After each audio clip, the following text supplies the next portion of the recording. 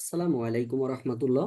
প্রিয় ভাই বোন, আশা করছি সবাই মহান আল্লাহ তাআলার অশেষ রহমতে ভালো আছেন, সুস্থ আছেন। প্রথমত আপনারা একটু কমেন্টসে জানাবেন যে সবাই স্পষ্টভাবে আমাকে শুনতে পাচ্ছেন কিনা এবং বোর্ডটা দেখা যাচ্ছে কিনা। তাইলে আমরা আমাদের আজকের যে গুরুত্বপূর্ণ একটা ক্লাস, মানে শুধু গুরুত্বপূর্ণ না, সুপার বাম্পার গুরুত্বপূর্ণ একটা ক্লাস আমরা নিতে যাচ্ছি। এবং বাংলাদেশের যতগুলো চাকরির পরীক্ষা আছে সব থেকে বাংলা গ্রামারে যেখান থেকে প্রশ্ন বেশি এসেছে বিগততে, সেই টপিকের নাম হচ্ছে সমাস। আমি যেহেতু আপনারা সবাই জানেন যে আমাদের দুইটা ব্যাচের ক্লাস একসাথে হচ্ছে, একটা হচ্ছে 11 থেকে 20 গ্রেড এবং একটা হচ্ছে বিসিএস ব্যাচ।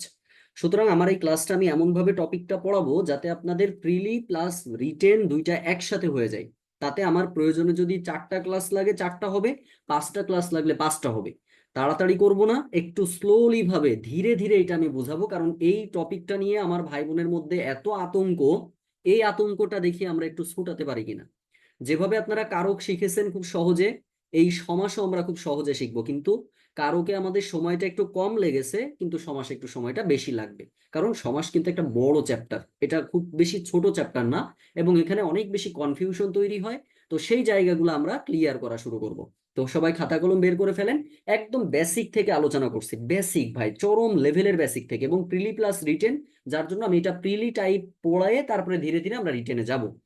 তো প্রথমে আসেন যে ভাই আমরা যে সমাসটা বলি, হ্যাঁ আমরা যে সমাসটা ইউজ করি, এই সমাস কিন্তু সাধারণত প্রত্যয় সাধিত শব্দ।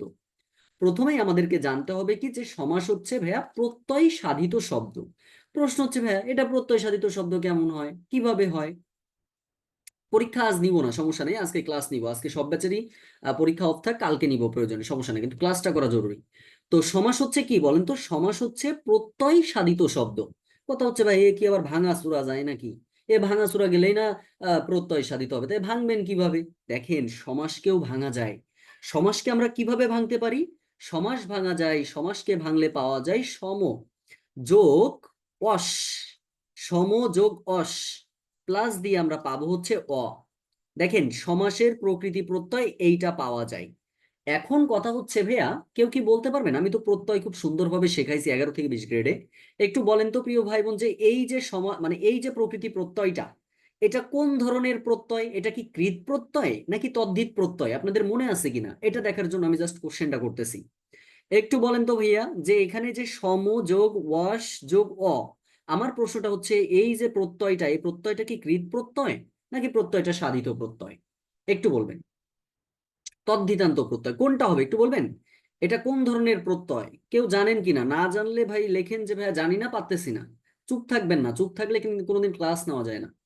ওকে, একটু আপনারা চ্যাট বক্সে কমেন্ট করবেন যে আপনারা আসলে বিষয়টা জানেন কিনা। আচ্ছা, শেখ সাজ্জাদ ভাই লিখেছেন তদ্ধিত। সবাই কি একমত এটা কি তদ্ধিত প্রত্যয়? কখনো এটা তদ্ধিত প্রত্যয় না ভাই। একটা কথা মনে রাখবেন, রুট চিহ্ন যেখানে ব্যবহৃত হয়, রুট, এই রুট হচ্ছে সাধারণত আমরা জানি যে ধাতু থেকে আসে, তার মানে এটা ক্রিয়া থেকে আসে, যার ফলে এটা হচ্ছে কৃত প্রত্যয় হয়। রুট চিহ্ন দেখলেই ভাই চোখ বুজে বলবেন সেটা কৃত প্রত্যয়। রুট দেখলেই আমরা বলবো কি কৃত প্রত্যয়, আর কিচ্ছু দেখার দরকার নাই ভাই। রুট আছে, কোনো প্রত্যয়কে ভেঙে আমি যদি রুট পাই, তাহলে সেক্ষেত্রে আমি অবশ্যই বলবো সেটা কৃত প্রত্যয়। যেমন দেখেন, আমি যদি চলন্তকে ভাঙতাম, আপনি বলতেন ভাইয়া এটা হচ্ছে চল যোগ অন্ত, আপনি ধরেন বলতেন এটা কি চল যোগ অন্ত, তাই এইটা হচ্ছে আপনার তদ্ধিতান্ত প্রত্যয়। তো যাই হোক, এটা আমরা পরবর্তীতে শিখবো প্রিলি ক্লাস যখন নিব। তাহলে সমাসের ক্ষেত্রে সমাস হচ্ছে একটা প্রত্যয় সাধিত শব্দ, এবং এই সমাসকে যদি আমি ভাঙি আমরা পাবো হচ্ছে সম যোগ ওয়াস যোগ অ। হ্যাঁ, এবং এই সমাসকে সাধারণত বলা হয়, সমাস হচ্ছে সাধারণত সংস্কৃত ভাষা থেকে আসছে। তার মানে এটা হচ্ছে একটা সংস্কৃত ভাষার শব্দ, এটা একটা সংস্কৃত ভাষার শব্দ, এটা কিন্তু দেশি শব্দ না, এটা কোনো আপনার অর্ধ তৎসম শব্দ না। এটা সরাসরি আমরা বলবো কি এটা হচ্ছে আমাদের সংস্কৃত ভাষা থেকে আসছে, সংস্কৃত ভাষা থেকে আসছে। এখন কথা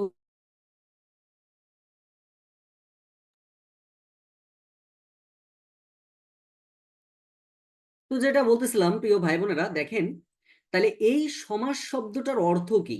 কারোর কি জানা আছে ভাই? একটু বলেন তো সমাস শব্দের অর্থ কি? আচ্ছা, আপনাদের একটু কথা বলার সুযোগ দিই, তাহলে ক্লাসটা মনে হয় ভালো লাগবে। আশেপাশে কথা বলবেন না। একটু বলেন তো সমাস শব্দের অর্থ কি? সংক্ষেপণ। সংক্ষেপণ, আচ্ছা সংক্ষেপণ ভালো ভাই। কথা। সংক্ষেপণ, আর কি পাওয়া যায়? মিলন।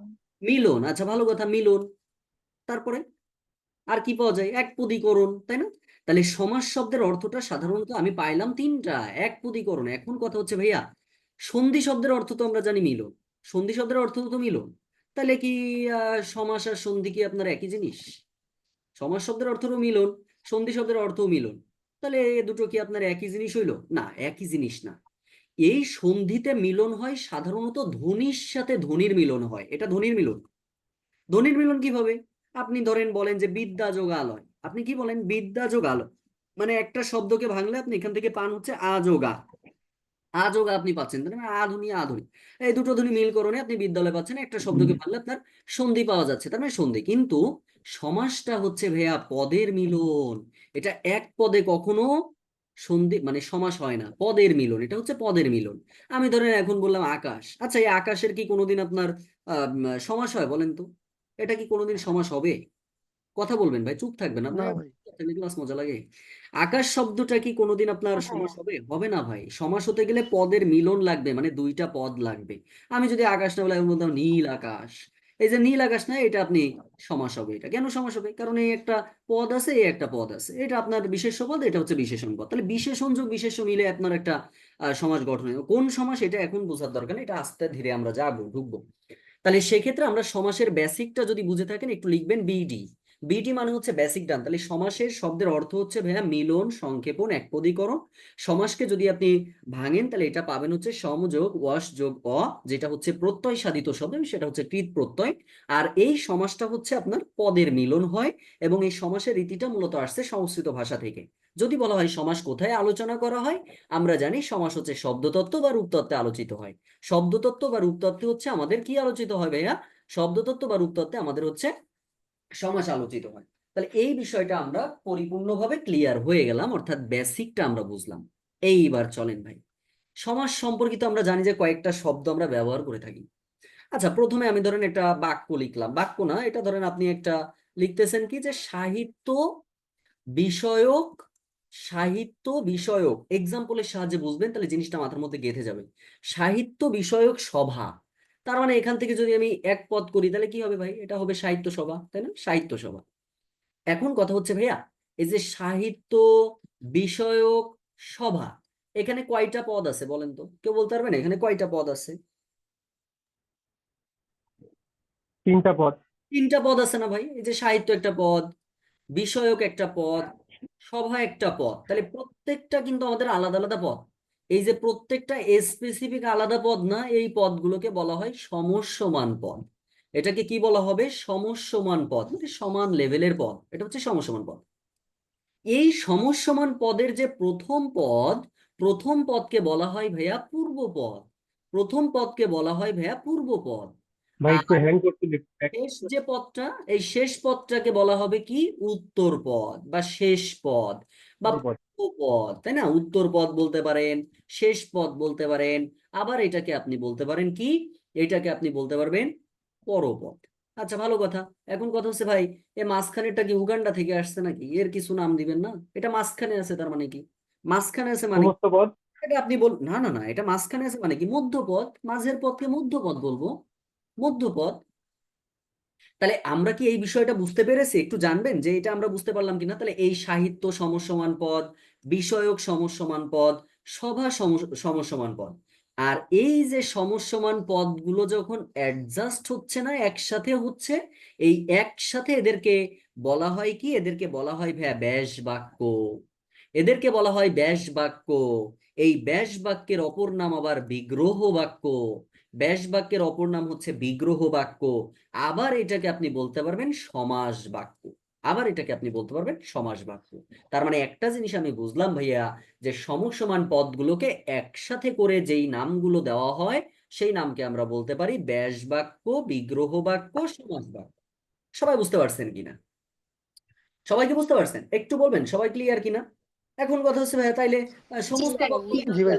এই যে ভাইয়া সমসমান পদগুলো যখন অ্যাডজাস্ট হয়ে যখন এই ডান পাশে যেটা অ্যান্সারটা পাচ্ছেন, এইটাকে আপনি বলবেন ভাইয়া সমস্ত পদ। সমস্ত পদ বলবেন। তাহলে যারা ক্লাসে আছেন একটু খেয়াল করেন তো, তাহলে আমরা কি বললাম? সাহিত্য বিষয়ক সভা, এই সাহিত্য বিষয়ক সভা প্রত্যেকটাকে আমরা বলবো সমসমান পদ।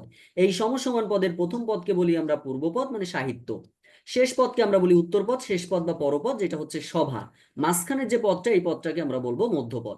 আচ্ছা, এবার এই তিনটাকে অ্যাডজাস্ট করে আমরা বলবো ব্যাস বাক্য, যার অপর নাম হচ্ছে বিগ্রহ বাক্য, যার অপর নাম হচ্ছে সমাস বাক্য। আর এই যে তিনটা অ্যাডজাস্ট হয়ে আপনার যেটা গঠন হচ্ছে সেটাকে আপনি বলবেন সমস্ত পদ। এই সবাই বুঝছেন? একদম মন থেকে বলেন তো বুঝছেন কিনা। জি, ক্লিয়ার ভাই, খুব সুন্দরভাবে ক্লিয়ার। এভাবে কোনদিন সুন্দরভাবে বুঝিনি। ক্লিয়ার। সমাজ কি জটিল জি লাগে? দাদা, বুঝতে জটিল পারছি। লাগবে না ভাই, শেষ পর্যন্ত আমার ক্লাস করেন, এর পূর্বে তো অনেক ভালো ভালো টিচার ক্লাস করছেন। অবশ্যই তারা অবশ্যই ভালো টিচার, কিন্তু আমি যতটুকু পারি ততটুকু আপনাদেরকে একটু শেখাবো আর কি। আচ্ছা, তাহলে এইটা আমরা বুঝলাম। আমাদের মতন কোমলমতিদের জন্য আপনি অনেক ভালো। আচ্ছা, কোমলমতিদের জন্য ভালো আছে। এখন আসেন ভাই, এই সমাসের প্রকারভেদ এখন আমরা জানবো। আমি কিন্তু এটা বিসিএস টাইপের ক্লাস নিচ্ছি, আপনারা সবাই হয়তো বুঝতে পারছেন। 11 থেকে 20 হলে কখনো আমি এইখান থেকে পড়াতাম না, ডাইরেক্ট সরাসরি দ্বন্দ্ব সমাস ওখানে চলে যেতাম, কিন্তু আপনাদের বেসিক জিনিসটা একবারে বুঝাই নিচ্ছি। ভাই, সমাসের প্রকারভেদের মধ্যে আমরা জানি কি, সমাসের প্রকারভেদ হচ্ছে মানে আগের যে বই ছিল সেখানে আমরা 6 প্রকার পাইছি। দ্বন্দ্ব সমাস পাইছি, কর্মধারয় সমাস পাইছি, কর্মধারয় সমাস পাইছি। 3 নম্বর হচ্ছে আমরা দ্বিগু সমাসকে পাইছি, তাই না, দ্বিগুকে পাইছি। 4 নম্বরে আমরা তৎপুরুষ সমাস পাইছি, তৎপুরুষ সমাস পাইছি। 5 নম্বর আমরা পেয়েছি হচ্ছে অবয়ভাব সমাস, অবয়ভাব সমাসকে পাইছি। আর 6 নম্বরে আমরা পাইছি হচ্ছে কি বহুব্রীহি সমাস। 6 নম্বরটাকে আমরা পাইছি হচ্ছে বহুব্রীহি সমাস। এখন কথা হলো ভাইয়া, এটা তো পূর্ব বইতে ছিল, মানে পুরাতন বইতে ছিল। নতুন বই যদি আপনি হিসাব করেন তাহলে সেখানে 4 প্রকার। ভাই, সবাই বলে যে 4 প্রকার, কিন্তু কেউ ব্যাখ্যা জিনিসটা দেয় না যে আসলে 6 প্রকার থেকে কেন 4 প্রকার হলো। আপনারাই আজকে টের পাবেন যে আসলে 4 প্রকার দেওয়ার কারণ আছে ভাই। এমনি এমনি হয় নাই 4 প্রকার, আজকে বুঝবেন। আচ্ছা, আমি ধরেন বললাম ভাই বোন, আমি ধরেন বললাম ভাই বোন, এখানে পদ কয়টা আছে বলেন তো? কথা বলবেন ভাই, শিখতে গেলে কথা বলবেন, আস্তে দুইটা। আস্তে মনোযোগ দিয়ে করেন। ভাই আর বোন, দুইটা ভাই, এই ভাই বোন ভাই বোনের দুইটা। মধ্যে কি দুইটা। আমাদের কি এখানে আপনি দুইটা ভাইয়া, ভাই ও বোন দুইটা। দ্বন্দ্ব সমাস। ভাইকে বোঝাচ্ছেন নাকি স্পেসিফিক ভাবে বোনকে বোঝাচ্ছেন? না, দুইটাকে দুজনকে বোঝাচ্ছে। দুজনকে বোঝাচ্ছেন, মানে এই এখানে যে কি দ্বন্দ্ব সমাস দুইজনকে বোঝাচ্ছে। দুজনকেই বোঝাচ্ছে। ভাই বোন কি দুজনের প্রাধান্য আছে কিনা ভাই? দুজনের প্রাধান্য আছে কিনা জি বলেন? দাদা, আছে। আচ্ছা, প্রাধান্য আছে, ভালো কথা। আমি ধরেন জি আরেকটা জি। এক্সাম্পল দিলাম। ধরেন আমি বললাম নীল আকাশ। আচ্ছা, এখানে কি আপনি কাকে প্রাধান্য দিচ্ছেন বলেন তো? নীল আকাশ কাকে আকাশকে দাদা। আকাশকে আকাশ। দিচ্ছেন, কারণ আকাশকে আকাশকে। আপনি বোঝাচ্ছেন নীল আকাশ, লাল আকাশ ইত্যাদি। তাহলে সেক্ষেত্রে আপনি শুধু আকাশকেই বোঝাচ্ছেন, তার মানে কি এখানে পরপদকে বোঝাচ্ছেন না বলেন তো? এটা পরপদকে প্রাধান্য দিচ্ছেন, পিছনের জি পদকে দাদা। প্রাধান্য দিলেন। আচ্ছা, ভালো কথা। এখন ধরেন আমি বললাম যে বিয়ে পাগলা। আচ্ছা, এই বিয়ে পাগলাতে আপনি হচ্ছে কাকে প্রাধান্য দিবেন? বিয়ে পাগলাকে মানে কি? কাকে প্রাধান্য দিবেন? পাগলা। পাগলাকে দিবেন ভাই, যে বিয়ের জন্য পাগল সেই তো পাগল পাগলা, তাই না? তাহলে সেক্ষেত্রে অবশ্যই পাগলা পরপদকে পরপদ। আপনি এখানে প্রাধান্য দিচ্ছেন। পরপদ। বুঝলেন ভাই, এটা আমি বেসিক জিনিসটা বোঝাচ্ছি, এখনো মূল জায়গায় ঢুকি নাই, এটা একদম প্রথমে আছি আমরা এখন। আচ্ছা, এবার ধরেন আমি বললাম কি বললাম, ত্রিফলা। আমি ধরেন বললাম ত্রিফলা, তার মানে কি 3 ফলের সমাহার, ত্রিফলা। তা আপনি যে ত্রিফলা 3 আর এখানে ফলকে বুঝাচ্ছেন, ভাই আপনি কাকে প্রাধান্য দিচ্ছেন বলেন তো? কাকে প্রাধান্য দিচ্ছেন? এই 3কে ফলকে। প্রাধান্য দিচ্ছেন নাকি ফলকে দিচ্ছেন? ত্রিফলা ফল। ফলকে। ফলকে দিচ্ছেন। একদম সিম্পলি বোঝেন, ফলকে আপনি প্রাধান্য দিচ্ছেন মানে পরপদকে প্রাধান্য দিচ্ছেন। আচ্ছা, ভালো কথা। এখন ধরেন আমি বললাম, যে বিনা পানি। আমি ধরেন বললাম বিনা পানি। আচ্ছা, এখন একটু বলেন তো ভাই, এই বিনা পানি আপনি কি বিনাকে প্রাধান্য দিচ্ছেন নাকি আপনি পানিকে প্রাধান্য দিচ্ছেন? ভাই একজন এটা তো দেবীকে। বিনা পানি মনে হয় একটা অ্যাকচুয়ালি অর্থ। আপনি কাউকে ইয়ে পায় প্রাধান্য বিনা দিচ্ছেন পানি। না।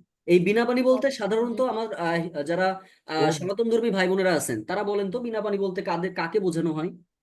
সরস্বতীকে। সরস্বতীকে সরস্বতী বোঝানো হচ্ছে। ঠাকুরকে। তার মানে আপনি বিনাকেও বোঝাচ্ছেন না, আপনি পানিকেও বোঝাচ্ছেন না, আপনি এখানে এসে সরস্বতীকে বোঝাচ্ছেন না, অন্য একটা কিছুকে বোঝাচ্ছেন, ভিন্ন একটা কিছুকে বোঝাচ্ছেন। তার মানে অন্য পদ প্রধান। আচ্ছা, এবার ধরেন আপনি বলতেছেন কি, আপনি ধরেন বলতেছেন এখানে ধরেন বলতেছেন হা ভাতে। হা ভাতে মানে কি ভাই? হা ভাতে মানে হচ্ছে অভাব বোঝাচ্ছে, ভাতের অভাব। ভাতের অভাব খেয়াল করেন। ভাই, হা ভাতে বলতে আপনি ভাতকে বোঝাচ্ছেন না, অভাবটাকে বোঝাচ্ছেন। আর এই হা বলতে আপনার অভাবটা বোঝাচ্ছে এখানে। যেমন ধরেন আমি আরেকটা এক্সাম্পল যদি দিই, ধরেন বললাম গড় মিল। তার মানে কি মিলের অভাব, তাহলে অভাবটা এখানে গড় দিয়ে বোঝাচ্ছি। তার মানে এখানে আমরা পূর্ব পদকে প্রাধান্য দিচ্ছি। তাহলে এইবার আসেন ভাই, যখন আমরা ভাই বোন ছিলাম প্রাধান্য আমরা উভয় পদকে দিয়েছিলাম, যার জন্য উভয় পদ যখন প্রধান হয় সেটা আমরা বলি দ্বন্দ্ব সমাস। ভালো কথা। নীল আকাশ যখন পরপদকে আপনি প্রাধান্য দিচ্ছেন তখন সেটা হচ্ছে কর্মধারা, এটা পরপদ প্রধান। আবার দ্বিগু সমাস যখন বলতেছেন তখন দেখেন আপনি পরপদ প্রধান বলছেন। আবার যখন আপনি তৎপুরুষ সমাস বলছেন তখনও দেখেন পরপদ প্রধান বলছেন, মানে এটাও পরপদ। অব্যয়ীভাব যখন আপনি বলতেছেন তখন ভাই এটা পূর্বপদ, তখন এটা কি হচ্ছে পূর্বপদ, তখন এটা হবে পূর্বপদ। আর এই বহুব্রী যখন আপনি বলতেছেন তখন আপনি অন্য পদ ভিন্ন পদকে প্রাধান্য দিচ্ছেন। তাহলে এইবার বিষয়টা বোঝেন তো ভাই, কেন কারো 6 প্রকার দেওয়ার দরকার? 6 প্রকার আমার কেন দেওয়ার দরকার? আমার এই যে পরপদ প্রধান একটা, পরপদ প্রধান দ্বিগু, পরপদ প্রধান তৎপুরুষ, এই তিনটাকে একসাথে আপনার তৎপুরুষ ধরা হয়, এই তিনটাকে একসাথে আপনার তৎপুরুষ ধরা হয়। তাহলে এবার বলেন তো, তাহলে সমাস কয় প্রকার হচ্ছে ভাই? 4 প্রকার হয়ে গেছে না? দ্বন্দ্ব হচ্ছে, অব্যয়ীভাব হচ্ছে, বহুব্রী হচ্ছে, আর তৎপুরুষ হচ্ছে। তৎপুরুষের মধ্যে এই দুইটা যাচ্ছে। কেন যাচ্ছে? কারণ এই তিনটাই আমাদের পরপদের অর্থ প্রাধান্য। বা তার মানে পরীক্ষাতে যদি প্রশ্নটা এইভাবে দেয় যে বৈশিষ্ট্যের বিচারে সমাস কত প্রকার, 100% আপনাকে অ্যান্সার দিতে হবে 4 প্রকার। কেউ 6 প্রকার দিয়ে থাকলে একদম ভুল করবেন, একদম ভুল হয়ে যাবে। কথা বুঝতে পারছেন? যদি সমাস শুধু বলে সমাস কত প্রকার তখন দিবেন 6 প্রকার, কিন্তু যদি বলা হয় বৈশিষ্ট্যের বিচারে সমাস কত প্রকার তখন হবে 4 প্রকার। স্যারেরা তো এখন আবার একটু জটিল প্রশ্ন ছাড়া করতে পারে না। তো প্রশ্ন ধরেন এখন বলতেছে কি যে দ্বন্দ্ব সমাসের বিপরীত সমাসকে কি বলে, বলেন তো দ্বন্দ্ব সমাসের বিপরীত সমাসকে কি বলে? দেখি কার ব্রেনটা কতটুকু আছে। তৎপুরুষ সমাস।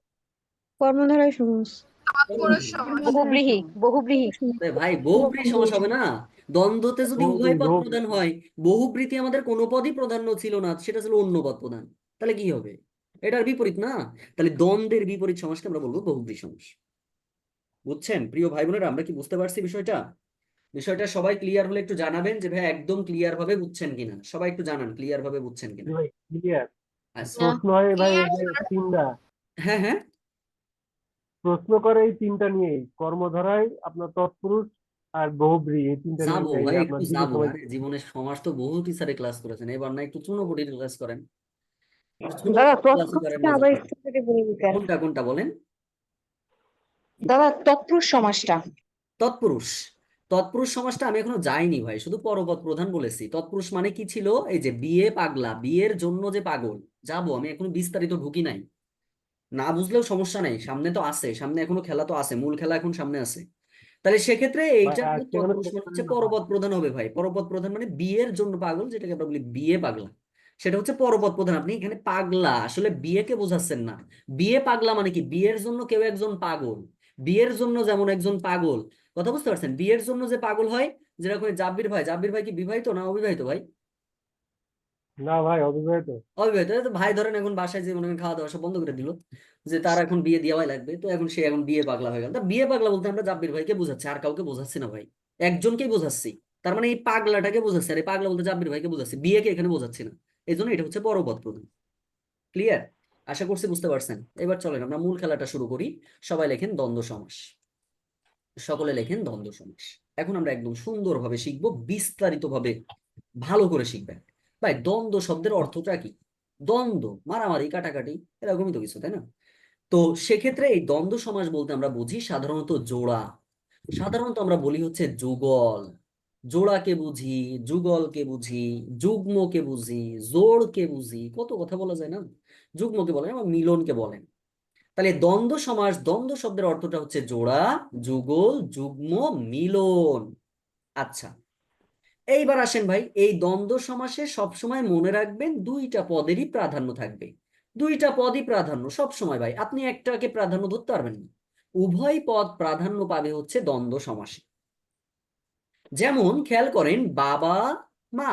আচ্ছা, এই বাবা মা, খেয়াল করেন তো ভাই, বাবা মা কি কি পদ বলেন তো? এটা কি ব্যাস বাক্য, না এটা সমস্ত পদ, না কি আসলে বাবা মা কি? সমসমান পদ।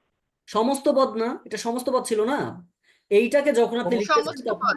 তখন আপনি লিখবেন কি যে বাবা ও মা। একটা কথা মনে রাখবেন ভাই, দ্বন্দ্ব সমাসে সাধারণত ও আর এবং দিয়ে যুক্ত হয়, তবে সব থেকে বেশি যুক্ত হয় ও দিয়ে। এটা মনে রাখবেন, ও দিয়ে সব থেকে বেশি যুক্ত হয়। তাহলে বাবা ও মা, খেয়াল করেন তো, বাবা আর মা।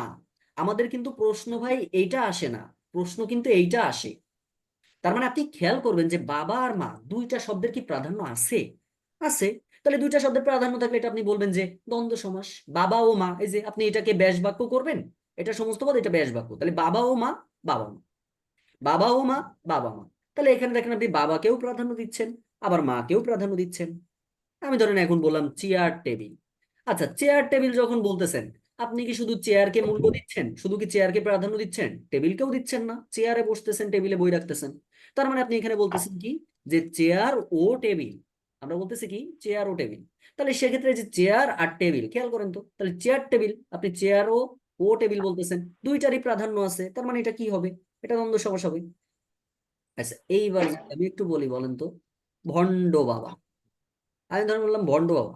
আচ্ছা, এটা কি দ্বন্দ্ব সমাস হবে? না ভাই। দ্বন্দ্ব সমাস হবে? এই সবাই না, চুপ করে থাকলে তো শিখতে পারবেন না, বলেন। এটা কোনোদিনও দ্বন্দ্ব সমাস হবে না ভাই। কেন হবে না? কারণ ভণ্ড বাবা বলতে আপনি তো ভণ্ডকে প্রাধান্য দিচ্ছেন না। ভণ্ড বাবা বলতে আপনি ওই বাবাকেই প্রাধান্য দিচ্ছেন, মানে একজনকে প্রাধান্য দিচ্ছেন, উভয়কে প্রাধান্য দিচ্ছেন না। যার জন্য এটা আমরা দ্বন্দ্ব সমাস বলতে পারবো না। এরকম আরো আছে পাগলা বাবা ইত্যাদি। হ্যাঁ, হ্যাঁ, কিছু বললেন? চুপ হয়ে গেছে। পরপর প্রধান ভাই। পরপদ প্রধান, তা পরপদ প্রধানের বিষয়টা তাই গেল, এটা নিয়ে আমাদের কোনো কথাবার্তা নেই। এইবার আসেন ভাই, এই যে দ্বন্দ্ব সমাস, দ্বন্দ্ব সমাসের কিছু প্রকারভেদ আছে, যে প্রকারভেদগুলো দেখলেই বোঝা যায় ভাই। যেমন কি, যেমন ধরেন আমাদের হতে পারে মিলনার্থক দ্বন্দ্ব। যেমন আমাদের হতে পারে হচ্ছে মিলনার্থক দ্বন্দ্ব। মিলন বোঝাবে, যেমন দেখেন মা বাপ, একটা মিলন আছে, বা মা বাবা ভাই বোন, এগুলো মিলন বোঝাচ্ছে, সম্পর্ক বোঝাচ্ছে। চা বিস্কুট, চা বিস্কুট, চা বিস্কুট। তারপরে আপনি লিখলেন যে মাসি পিসি, তাই না? মাসি পিসি একটা সম্পর্ক বিদ্যমান, মাসি পিসি। এগুলো কিন্তু সব ও যোগ করবেন। আমি কিন্তু এটার আর ব্যাস বাক্য দেখালাম না। মা ও বাবা, বা মা ও বাপ, চা ও বিস্কুট, মাসি ও পিসি, মানে সব ও যোগ করবেন, এক কথায় মাঝখানে সব ও যোগ করে দিবেন ভাই। ভাই, এবং এবং ও আর দিয়ে বাক্য বলেন না, আমি এরকম খুঁজে পাইনি ভাই। বুঝিনি ভাই? এবং ও আর, এবং ও আর দিয়ে আপনি বললেন না যে ও ব্যবহৃত হবে এবং ও আর। এবং ও আর, এবং ও আরটা আমরা ওটা বেশি যোগ করব, তাই বললাম ওটা আপনি ব্যাস বাক্যে দ্বন্দ্ব সমাসের সব থেকে বেশি ব্যবহার হয়। কথা বুঝতে পারছেন?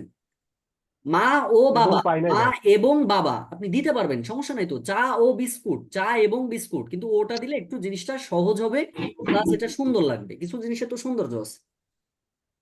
এইবার আসেন, আমি ধরেন বললাম বিরোধার্থক। বিরোধার্থক মানে কি? একটা বিরোধ প্রকাশ হবে, মারামারি ভাব থাকবে। যেমন ধরেন আমি বললাম কি যে দা ও কুমড়া, মানে কি দা কুমড়া। আমাদের কিন্তু পরীক্ষাতে এইটা আসে ভাই, এই যে সমস্ত পদটা আসে, যার জন্য আমি সমস্ত পদটা একটু লিখতেছি। সমস্ত পদ দিয়ে আপনাকে বলবে যে সমাসের নাম লিখতে, এবং এটা আপনার কি করতে বলবে, ব্যাস বাক্য। তা এক কথায় ভাই, আপনি দ্বন্দ্ব সমাসগুলো সবসময় ও দিয়ে করার চেষ্টা করুন। বিরোধ, দা ও কুমড়া।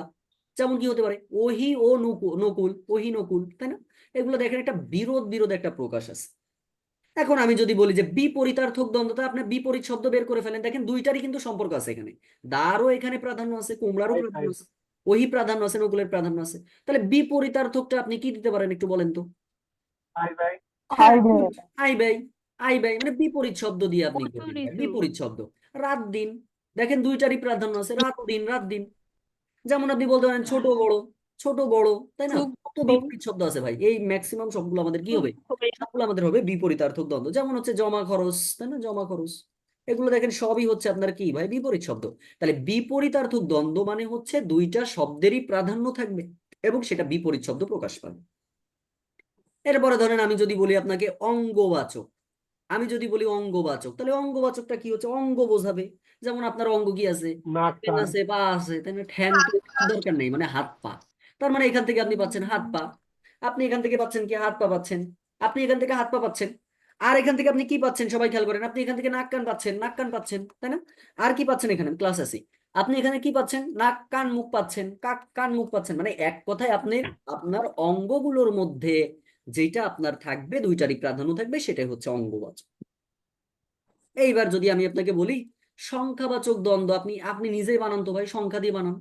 সংখ্যা দিয়ে নিজে বানান না ভাই। 7 5, গুড। 7 5, 7 5, 19 যা দেন না ভাই, 19 সমস্যা নেই। 20। 9 6, 9 6 দিতে পারেন, তাই না? 9 6 দিতে পারেন, 7 17 দিতে পারেন, কোনো সমস্যা নেই। 19 20, খুবই সুন্দর। 19 20, খুবই সুন্দর। এই যে দেখেন সব পদের মিলন হচ্ছে, সব পদের মিলন হচ্ছে। আবার দেখেন এখানে আপনার সংখ্যা বোঝাচ্ছে, 19 একটা সংখ্যা, 20 একটা সংখ্যা। এগুলো আপনি বলবেন সব হচ্ছে আমাদের সংখ্যাবাচক দ্বন্দ্ব সমাস। তাহলে মিলনার্থক বুঝলাম, বিরোধার্থক বুঝলাম, বিপরীতার্থক বুঝলাম, অঙ্গবাচক বুঝলাম, সংখ্যাবাচক বুঝলাম। সবাইকে বুঝতে পারছেন বিষয়টা? তাহলে আমরা কিন্তু ইতিমধ্যে সুন্দর করে শিখে ফেলছি। এইবার চলেন তো ভাই, এবার আমরা যদি বলি সমার্থক শব্দ। আরে সমার্থক তো আরো সহজ ভাই। সমার্থক শব্দ, একটা জিনিসের দুইটা নাম থাকতেই পারে। তাই না? সেটা হচ্ছে আপনার যেমন হচ্ছে আপনি বলতে পারেন হাট, ভাই হাট ও বাজার, হাট বাজার, হাট ও বাজার, হাট বাজার, তাই এখানে হাট ও যা, বাজারও তাই, আবার দুইটারই প্রাধান্য আছে। এই জন্য এটা হচ্ছে আমাদের সমার্থক দ্বন্দ্ব। যেমন আমি যদি বলতে পারি যে খাতা ও পত্র, খাতা ও পত্র, দেখেন মিল আছে, সমার্থক। আবার আপনি এখানে বলতে পারেন ঘর দুয়ার, ঘর দুয়ার আপনি বলতে পারেন। তো এইগুলো হচ্ছে সাধারণত আমাদের কি হবে, সমার্থক দ্বন্দ্ব ভাই, এগুলো হচ্ছে আমাদের সমার্থক দ্বন্দ্ব।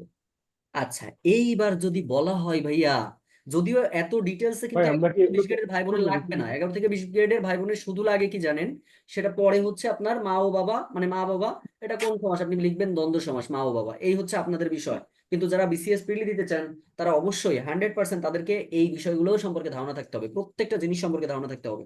কারণ এখন যেহেতু প্রশ্নের প্যাটার্ন চেঞ্জ হচ্ছে, এইবার আমি যদি জিনিসটাকে বলতাম প্রায় সমার্থক, দেখেন প্রায় সমার্থক ও সহচর শব্দ, মানে প্রায় সমার্থক একই টাইপের, একটু উল্টাপাল্টা। আমরা ওই যে নাম খিত্তেপ করা বলি, যে নাম একজনের নাম, মিম আমি বলে আসছি, বসে আছি ডিম, মিম ডিম, এইরকম আর কি বিষয়টা, বুঝছেন? এরকম যেমন আপনি বলতে পারেন কাপড় চোপড়, দেখেন প্রায় সমার্থক, কাপড় চোপড়, মানে একটু উলট পালট করে আপনি বলতেছেন। যেমন আপনি বলতে পারেন পোকা, আচ্ছা পোকার সাথে আপনি কি বলতে পারেন বলেন তো? হ্যাঁ মাকড়, পোকামাকড়। পোকা মাকড় আপনি বলতে পারেন, কোনো সমস্যা নেই। কথা বুঝতে পারছেন? এই বিষয়গুলো হচ্ছে প্রায় সমার্থক বা সহচর, বইতে আরো আছে, একটু দেখেন। এইটা হচ্ছে বিষয়। এরপরে আমি যদি বলি যে দুটি সর্বনাম যোগেও আমাদের দ্বন্দ্ব সমাস হয়, দুটি সর্বনাম পদ যোগে। সর্বনাম মানে কি ভাই? সর্বনাম পদ মানে কি, প্রোনাউন যেটাকে আমরা বলি, যেমন ইউ একটা প্রোনাউন, হি একটা প্রোনাউন, এইগুলো আমাদের প্রোনাউন আমরা জানি। তো যেমন ধরেন এখানে আমি বলতে পারি যা তা, খেয়াল করেন এই যে দুটি সর্বনাম, যা তা। আবার আমি বলতেছি যে সে, যে সে। আবার আপনি বলতেছেন তুমি আমি, আবার আমি বলতেছি কি তুমি আমি। দেখেন এই যে এদের দুটি সর্বনাম পদ যোগেও আমাদের দ্বন্দ্ব সমাস হয়। তাই এটা কিভাবে আপনি ব্যাস বাক্য করবেন, হয় ব্যাস বাক্য সব মাঝখানে ও লাগাবেন, এই জন্য আমি ব্যাস বাক্য সব দেখাচ্ছি না। যাও তা, যেও সে, তুমিও আমি, কাপড় ও চোপড়, পোকা ও মাকড়, হাট ও বাজার, খাতা ও পত্র, হাত ও পা, নাক ও কান, জমা ও খরচ, ছোট ও বড়, ওহি ও নকুল, মাসি ও পিসি, এইভাবে। এখন যদি আমি আপনাকে বলি যে দুটি ক্রিয়াপদ যোগেও কিন্তু আমাদের দ্বন্দ্ব সমাস গঠিত হতে পারে, তার মানে দুইটাই ক্রিয়া। ভাই আপনি খেয়াল করেন তো, দেখা, দেখা একটা হচ্ছে কি, ক্রিয়া। আবার আপনি শুনতেছেন, শোনা, এই শোনাটা হচ্ছে একটা ক্রিয়া। দেখা ও শোনা দুটি ক্রিয়া যোগে আমাদের এটা গঠন হয়েছে। আবার আপনি বলতেছেন যাওয়া ও আসা, যাওয়া ও আসা, এই যে খেয়াল করেন এই যাওয়া আসা দুইটারই প্রাধান্য আছে, দুইটারই প্রাধান্য আছে, তার মানে দুইটা আবার ক্রিয়া। তাহলে সেক্ষেত্রে এটা হচ্ছে দুটি ক্রিয়া যোগে ব্যবহৃত আমাদের হচ্ছে পদ আর কি, দ্বন্দ্ব সমাস। আচ্ছা, এখন আপনি ধরেন বলতেছেন দুটি বিশেষণ যোগে, বিশেষণ যোগে আমাদের গঠন হতে পারে দ্বন্দ্ব সমাস। আচ্ছা, দুইটাই বিশেষণ এমন কি আপনি বলতে পারেন, কেউ বলতে পারবেন? একটা এক্সাম্পল দেন তো। বিশেষণ মানে অ্যাডজেক্টিভ, দুইটা আকাশ পাতা। অ্যাডজেক্টিভ কি কি হতে ধীরে পারে ভাই? সুস্থে, হ্যাঁ হ্যাঁ, ধীরে সুস্থে। ধীরে সুস্থে, গুড, খুবই সুন্দর কথা বলেছেন। কিন্তু কথা আছে। ভাই আসল নকল। হ্যাঁ হ্যাঁ, আসল নকল, ভেরি গুড, খুবই সুন্দর একটা, আসল নকল। আসল নকল। আচ্ছা, কাঁচা পাকা, হ্যাঁ ভেরি গুড, খুবই সুন্দর, কাঁচা পাকা। কম বেশি, কম বেশি, আরে নিজেরা বানাবেন, এগুলো তো নিজেরাই বানাতে পারি। ভালো মন্দ, ভালো মন্দ, তাই না? এগুলো হচ্ছে আমাদের কি বলেন তো, দুটি বিশেষণ যোগে আমাদের দ্বন্দ্ব সমাস। প্রিয় ভাই বোন, এই যে দ্বন্দ্বের যে প্রকারভেদ আমরা পড়লাম, কারোর কি কোনো জায়গায় সমস্যা হয়েছে? কেউ একটু বলবেন যে কারো কোনো সমস্যা হয়েছে কিনা? না ভাইয়া, না যাক, ভাইয়া। অসংখ্য ধন্যবাদ। না এখন ভাইয়া, কথা হচ্ছে ভাইয়া, দ্বন্দ্ব ক্লিয়ার। দ্বন্দ্ব ক্লিয়ার না ভাই, হয়নি রে ভাই, এখনো কাহিনী আছে তো, কাহিনী এত তাড়াতাড়ি শেষ হলে কি হবে? এখন চলেন ভাই, দ্বন্দ্ব সমাসের আমাদের আরো তিনটা স্পেসিফিক সংজ্ঞা আছে। যেমন আমরা বলে থাকি অলুক দ্বন্দ্ব, অলুক দ্বন্দ্ব থেকে আমাদের প্রশ্ন পরীক্ষাতে আসে, যেটা 44তম বিসিএস আমাদের প্রশ্ন ছিল ভাই, 44 বিসিএস এর প্রশ্ন ছিল অলুক দ্বন্দ্ব থেকে। অলুক দ্বন্দ্ব সমাস মানে কি ভাই? এক কথায় যে দ্বন্দ্ব সমাসে বিভক্তি লোপ পাবে না ভাই, বিভক্তি লোপ পাবে না। যেমন দেখেন দুধে ভাতে, দুধে ভাতে, খেয়াল করেন তো ভাই, দুধে ভাতে, আপনি কিন্তু এটা বলতেছেন দুধেও ভাতে, খেয়াল করেন দুধেও ভাতে, ভাই কিছু কি চেঞ্জ হয়েছে? কিছু কি চেঞ্জ হয়েছে বলেন তো, কিছু চেঞ্জ হয়েছে এখানে? বিভক্তি থাকতে হবে। এখন না আপনি বলতেছেন ভাইয়া। দুধ ভাত, আচ্ছা এটা কোনোদিন অলুকদ্বন্দ্ব হবে না ভাই, এটা কি কখনো অলুকদ্বন্দ্ব হবে বলেন? কারণ এখানে আপনার কি কোনো বিভক্তি আছে? যদি বিভক্তি না থাকে কোনোদিন ওটা অলুকদ্বন্দ্ব হবে না, এটা মাথায় রাখবেন। অলুক হতে গেলে আপনার অবশ্যই কি থাকতে হবে? অবশ্যই আপনাকে বিভক্তি থাকতে হবে। এখন আমি ভাইয়া বলতেছি যে অলুক সাত পাঁচ, খেয়াল করেন তো, সাত পাঁচ, ভাই এখানে কি অলুক হবে? এটা এটা কি কখনো অলুক হবে? না না। হবে না। কিন্তু আপনি যদি বলেন সাতে পাশে, সাতেও পাশে, এবার কি অলুকদ্বন্দ্ব হবে না? অবশ্যই অলুকদ্বন্দ্ব হবে। বিভক্তি হতে হবে এবং ওই বিভক্তি লোপ পাবে না, সেটাকে আমরা বলবো হচ্ছে অলুকদ্বন্দ্ব। বলেন তো জলে স্থলে কি অলুকদ্বন্দ্ব হবে? জলে স্থলে, হবে হবে অবশ্যই হবে ভাই, হবে কারণ এ ভাইয়া। বিভক্তি আছে, এ বিভক্তি আছে এবং এটা চেঞ্জ হবে না, জলে ও স্থলে, জলে স্থলে। আপনি ধরেন বলতেছেন যে বুকে ও পিঠে, বুকে পিঠে, দেখেন তো এটা কি অলুক দ্বন্দ্ব হবে না? অবশ্যই হবে, কারণ আমাদের এ বিভক্তি আছে, এ বিভক্তি আছে। হবে। আবার আপনি বলতেছেন আদাই কাঁচকলাই, খেয়াল করেন তো এই যে আদাই কাঁচকলাই বলতেছেন, তা আদাই কাঁচকলাই যখন বলতেছেন এই অবশ্যই আপনার দেখেন এই যে অন্তস্থ বিভক্তি আছে, তার মানে এটা আমাদের কি হবে? এটা আমাদের অলুক দ্বন্দ্ব হবে। এ পারবেন তো? অলুক দ্বন্দ্ব বুঝছেন সবাই? ভাই পাশে কথা বলা বাদ দেন, তানিয়া স্বপ্না পাশে কথা বলা বাদ দেন রে বোন। মিউট করে রাখুন, যার কথা বলার দরকার সে কথা বলবে ভাই। ওইটা করবো, মিউট করে দিব সবাইকে। জি ভাই। ভাই আজকে একটা নেন আর একটা নেন, বেশি নিয়েন না। হ্যাঁ একটাই নিবো ভাই, পেশার নিয়ে না, পেশার নিয়ে না, আমার মাথায় আছে ভাই, কারণ এগুলো বেশি দিলে মাথায় ধরে না। এখন আসেন বহুপদী দ্বন্দ্ব। ভাইয়া বহুপদী দ্বন্দ্বর কথার মধ্যেই আপনি পেয়ে গেছেন কাহিনী কি ভাই, দুইয়ের অধিক পদ থাকবে, দুইয়ের অধিক পদ থাকলে সেটা বহুপদী। এখন আপনি বলতেছেন যে সাহেব, বিবি, গোলাম, দুইয়ের অধিক পদ থাকলেই ভাই চোখ বুঝে সেটা বলবেন যে বহুপদী দ্বন্দ্ব। এখন সাহেব, বিবি ও গোলাম, এইটার কিন্তু আবার একটা কথা মনে রাখেন, এইটার কিন্তু আবার ব্যাস বাক্য ভাই একটু চেঞ্জ। কেমন? আমাদের ও কিন্তু একটাই আসে, সাহেব বিবি আগে দিবেন, সাহেব বিবি দেওয়ার পরে আপনি ও দিয়ে গোলাম দিবেন, মানে শেষে যে একটা ও যোগ হয় আর কিছু না। এখন কারোর মনে হচ্ছে সে বলতেছে হাত, পা, চোখ, নাক, নাক, মুখ, ধরেন পাঁচটা বললেন, হইলো, এই পাঁচটা মিলে আমাদের বহুপদী দ্বন্দ্ব, অনেকগুলো পদ আছে, প্রত্যেকটা পদের প্রাধান্য আছে। এখন আপনি ওটা লাগাবেন কোথায় ভাই? হাত, পা, চোখ, নাক ও মুখ, শেষে যে আপনি ও লাগাবেন, এই সবগুলোর মাঝখানে আবার ও দিতে যে আবার ধরা খেয়েন না। কথা বুঝতে পারছেন? তখন আমরা কি দেবো? হাত ও পা ও চোখ ও কান ও নাক ও মুখ, না, ও সব জায়গায় না, শুধু শেষে যে ও দিবেন। আর বাকিটা আপনি কমা দিলেও হবে, আর না দিলেও সমস্যা নেই। তাহলে আশা করছি আমরা বহুপদী দ্বন্দ্বটা বুঝতে পেরেছি, মানে এক কথায় দুইয়ের অধিক পদকে আমরা বলবো বহুপদী দ্বন্দ্ব। লাস্ট বিষয় সেটা হচ্ছে একশেষ দ্বন্দ্ব। একশেষ দ্বন্দ্ব ভাইয়া, একশেষ দ্বন্দ্বটা আসলে কি জিনিস? একশেষ দ্বন্দ্বটা হচ্ছে যে আপনার যেমন ধরেন আমি বলি যে আমরা, এই আমরার মধ্যে কিন্তু আমাদের তিনটা জিনিস লুকায়িত আছে, যেমন আমি, আমি, তুমি ও সে। খেয়াল করেন এখানে কাউকে সেভাবে না বুঝে তিনটা মিলে আমাদের একটা একশেষ গঠন হয়েছে। এক কথায় একটি মাত্র সমসমান পদের বহু বচন রূপে এটা ব্যবহৃত হয়। দেখেন তো এগুলো সব আলাদা আলাদা ছিল, এটার বহু বচন হয়েছে না আমরা। যেমন দেখেন তুমি ও সে, তুমি ও সে, এখান থেকে আমরা বলবো কি তোমরা, বহু বচন হবে। এক কথায় ভাই এটা বহু বচন, তোমরা কি বহু বচন না? বহু বচন হবে, বহু বচন হবে। যেমন দেখেন তুই ও সে, আমি ধরেন বললাম যে তুই ও সে, তাহলে সেক্ষেত্রে আমরা বলতেছি হচ্ছে তোরা, তার মানে কি বহু বচন হচ্ছে। আর বহু বচন হলেই আপনি মনে রাখবেন সেটা একশেষ দ্বন্দ্ব, সেটা হচ্ছে একশেষ দ্বন্দ্ব সমাস, সেটা হচ্ছে একশেষ দ্বন্দ্ব সমাস। একশেষ দ্বন্দ্ব সমাস হচ্ছে আমাদের এটা একশেষ দ্বন্দ্ব। প্রিয় ভাই বোনেরা, দুইটা ব্যাচের ক্লাস, একসাথে দুইটা ব্যাচের ক্লাস নিলাম, একটা হচ্ছে 11 থেকে 20 গ্রেড এবং একটা হচ্ছে 365 ডেজ প্ল্যান। একদম মন থেকে বলবেন, একদম মন থেকে বলবেন যে এই যে সমাসটা যেটা আমরা আলোচনা করলাম, এটা প্রিয় ভাই বোনেরা আপনাদের কি আর কোনো সমস্যা আছে? মোটামুটি কি দ্বন্দ্ব সমাসটা কি ক্লিয়ার হয়েছেন? দ্বন্দ্ব প্লাস বেসিকটা। ভাইয়া, বলেন ভাইয়া ক্লিয়ার হয়েছি। আগে, বলেন অলুক ক্লিয়ার দ্বন্দ্বে কিনা, কি আগে শুধু বলেন একদম ক্লিয়ার কিনা। আচ্ছা জি ভাইয়া জি ক্লিয়ার ভাই, লিখেছেন, ক্লিয়ার? খুব সুন্দর। আচ্ছা ক্লিয়ার লিখেছেন, ক্লিয়ার ক্লিয়ার। লিখেছেন। আচ্ছা সবার ক্লিয়ার ভাল লাগছে? সমাজ কি পড়তে ভাল লাগছে এখন? পারবেন তো? জি দাদা। আচ্ছা আচ্ছা মাশাআল্লাহ, ক্লিয়ার ক্লিয়ার। Clear clear. আচ্ছা ঠিক আছে ভাই। আচ্ছা তাহলে আমরা, হ্যাঁ একজন এক বোন প্রশ্ন করছিলেন, কি প্রশ্ন বলেন বোন এবার। ভাইয়া বলছিলাম যে অলুক দ্বন্দ্বে কি শুধু এ বিভক্তি লোপ পাবে না অন্যান্য বিভক্তি হবে? আপনাকে কি বললাম আদায় কাজকলাই, এখানে কি শুধু এ বিভক্তি ছিল? আদায় কাজকলা এটা কি শুধু এ ও বিভক্তি ছিল? ও আমি অন্তস্থ মানে ছিল? আমি নেটের সমস্যা তো হ্যাঁ মাঝে মাঝে তখন কি হবে? বুঝতেছি আদা না। কাজকলা না, এখান থেকে অন্তস্থ ছিল আপনার যে কোনো বিভক্তি, এটা বোন যে কোনো বিভক্তি। ও আচ্ছা ভাই। আর টোটাল দ্বন্দ্ব সমাসটা আগামীকাল পড়া থাকবে ভাই। আমি শোনেন একের অধিক সমাস আমি পড়াচ্ছি না, কারণ এটা হয়তো বা আমি চাইলে এখনই শেষ করে দিতে পারি, কিন্তু এটা আপনাদেরকে অনেক বেশি করে একটু পড়তে হবে। বারবার সমাস কেন পড়েন ভাই আপনারা? একবার মানে মন থেকে একদম কলিজা দিয়ে পড়বেন, বারবার পড়বেন না, পরের বার রিভাইজ করবেন, হয়ে গেল। জিনিসগুলো ভুলে যায় বুঝবেন আমার। কবি, এই জিনিসগুলো যদি আমরা বুঝতে পারি আমাদের খুব ভালো লাগবে, এটা মাথায় রাখবেন। আচ্ছা আগামীকাল সমাসের দ্বিতীয় ক্লাস হবে, দ্বিতীয় ক্লাস কালকে সকাল 8টায় হবে। কালকে সকাল 8টায় হচ্ছে আমাদের দ্বিতীয় ক্লাসটা হবে, সকাল 8টা, সকাল 8টায় হচ্ছে দ্বিতীয় ক্লাসটা হবে। আমাদের পরপর কিছু ক্লাস হবে, এই সমাজটা আমার 3-4টা ক্লাস লাগবে। সো 3-4টা ক্লাসে আমরা সমাজটা খুব সুন্দরভাবে আগে শেষ করব। কথা বুঝতে পারছেন?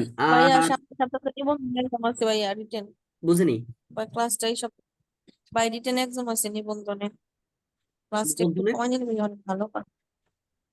সামনে শুক্রবারে, ফ্রাইডে। হ্যাঁ, কি বললেন ভাই? সামনে শুক্রবার, হ্যাঁ, নিবন্ধন পরীক্ষা। কি সমস্যা? এই যে তো রাত্রে ক্লাস দিই। ভাইয়া বললাম কি, স্যার ফ্রাইডেতে এনটিআরসি পরীক্ষা আছে নিবন্ধন। হ্যাঁ, তো এটা তো আমিও জানি, নিবন্ধন পরীক্ষা আছে শুক্র শনি নিবন্ধন পরীক্ষা। তা আমাদের এই জন্য সকালে ক্লাস ভাই, আগামীকালকে সকালে ক্লাস নিয়ে যদি আমি শেষ করে ফেলি, আপনি সারাদিন সারা রাত পড়েন, সমস্যা নেই।